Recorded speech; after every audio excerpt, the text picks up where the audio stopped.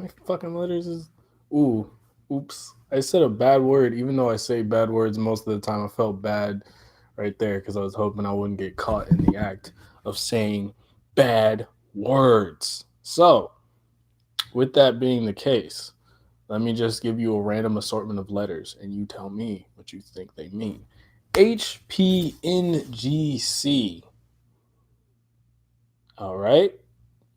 They mean nothing in that order, but if you found JPEG Mafia, Injury Reserve, and Code Orange in a room, it might be an unreleased single that they decided to release today. Injury Reserve specifically had talked on Twitter about releasing sort of singles that were either during the process of making the album Injury Reserve or prior to. So it's kind of a mix of old and new. And since we don't know the time frame, I'm kind of just doing the reach, the Mr. Fantastic, super elastic reach. And basically, what I have decided potentially, or at least have theorized, is that this song was during the production of it.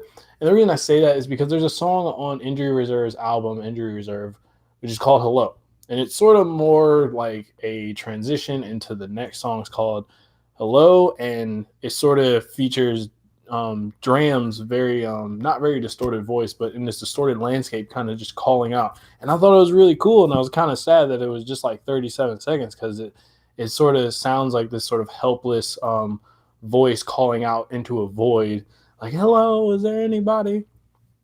and trying to really get somebody to call out. And I was like, man, I wish they kind of extended that and made it a full song. That would have been really cool. And then this came out and it sort of sounds pretty similar to it.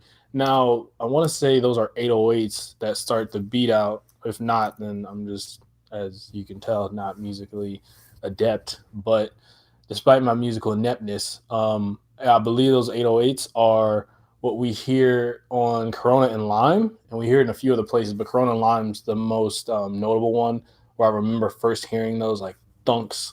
I'm like, damn, that sounds cool. And then hearing it here after Richie with the T has this really kind of creepy, eerie, sort of almost abrasive intro in which he's kind of like, he's not really rapping as much as he is sort of aggressively throwing these commands. Speak, nigga, and then like not a peep, nigga. And it's funny because you actually hear somebody's phone go off. Like there's an iPhone noise in reverse, sort of, and you hear that at the very beginning of the song, and then you start to hear Richie with the T being like, "Speak, nigga, no peeps, nigga. Hello, we got a person in here while I'm doing this. Hello, we love Jesus. I guess we love Jesus. We're cool with Jesus. I don't know if he's cool with me. Like, but regardless, this song definitely gives off very intense, aggressive vibes, and and then as like I said, as far as the sonicality, it feels sort of like a distorted landscape. And if we dived any deeper into the Hello song off of Injury Reserve's album, Injury Reserve, that is just so fun to say. And what I like the most about it is that, again, it sort of extends that little mini world into a very more intense world. This feels like some Halloween type stuff, but not like the basic general, like, oh, hey, if we make this beat sound kind of dark, it's kind of creepy. Like, nah, this is intense. And then JPEG Mafia, in classic JPEG Mafia style, is able to make it have a little bit of humor without it feeling so ridiculous. Like there's a part where he literally says, "I'm like a rich old white woman. Niggas make me nervous."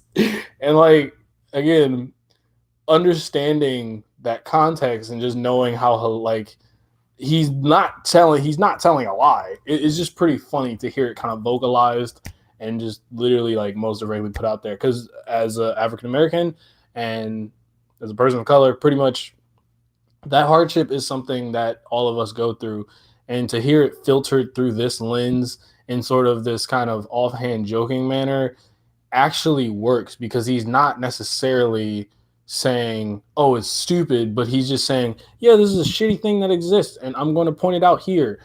And the other line that I liked, he said, he started talking about Putin. He was like, "If you talk about me, he'll disappear." And it's like, holy crap, okay. Like just as soon as we get the humor, we go right back into this vicious, Not necessarily belligerent. I wouldn't call this one as belligerent as um, the song "Get the Fuck Up," because that one's more about motivation and getting up, while this one is more like kind of shaded in the back streets of like an alleyway about to sell you some crack or something. And it's very just like intense. And I really enjoy the intensity. And apparently, Code Orange produced on here alongside them. So that's where their feature comes in. I've never personally listened to Code Orange, or maybe I have and I just didn't realize it. And I like I'm not sure. I know that Parker had to be the one that did that 808 on there, but like it did feel as though the intensity was different, and yet it still felt as though it could have been something on Injury Reserve album, even though story wise or narrative wise, it didn't have kind of a focus. It was just more like we're talking about really intense stuff. It's sort of like Pusha T, you know. Pusha T's narratives usually focus around the main thing of cocaine and drug slinging and being super spooky, but like in a cool way, in a badass way, in a lyrical manner. Here, Injury Reserve is taking that same kind of emotion, that same kind of vibe, and placing it in this more and more intense format with some experimentality to it as well. Overall, though, yeah, it's like I mean, JPEG Mafia's lines are most memorable to me so far. I believe that's Richie with a T rapping after. He has sort of like a very pitch shifted voice, and then it goes to JPEG, and then it goes to Grogs, I believe, yeah, Step of Grogs, and it was cool like hearing them. I didn't like I said, I didn't really pick up on too many lines beyond excuse me. I didn't pick up on too many lines beyond the JPEG Mafia ones because those stand out like immediately. You hear you just have to laugh. It's pretty funny.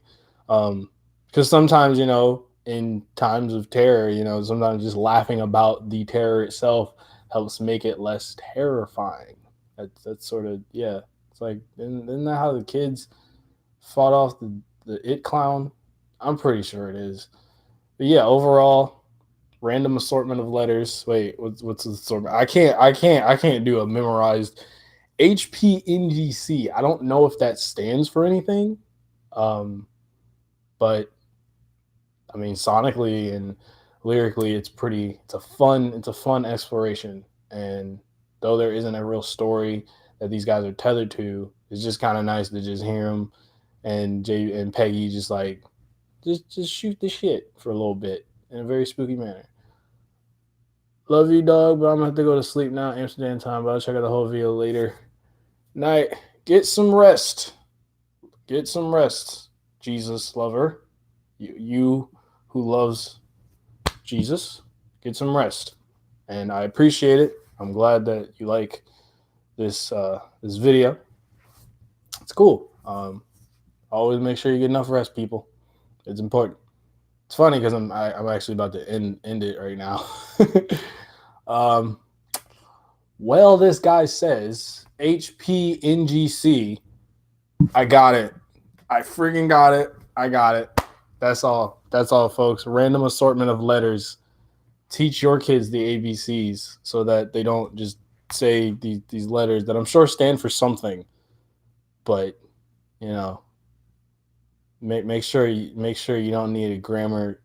You don't need autocorrect. I don't even have an iPhone, but yeah. Avoid confusion in your life if you can.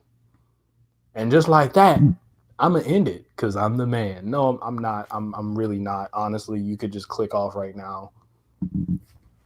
Oh no.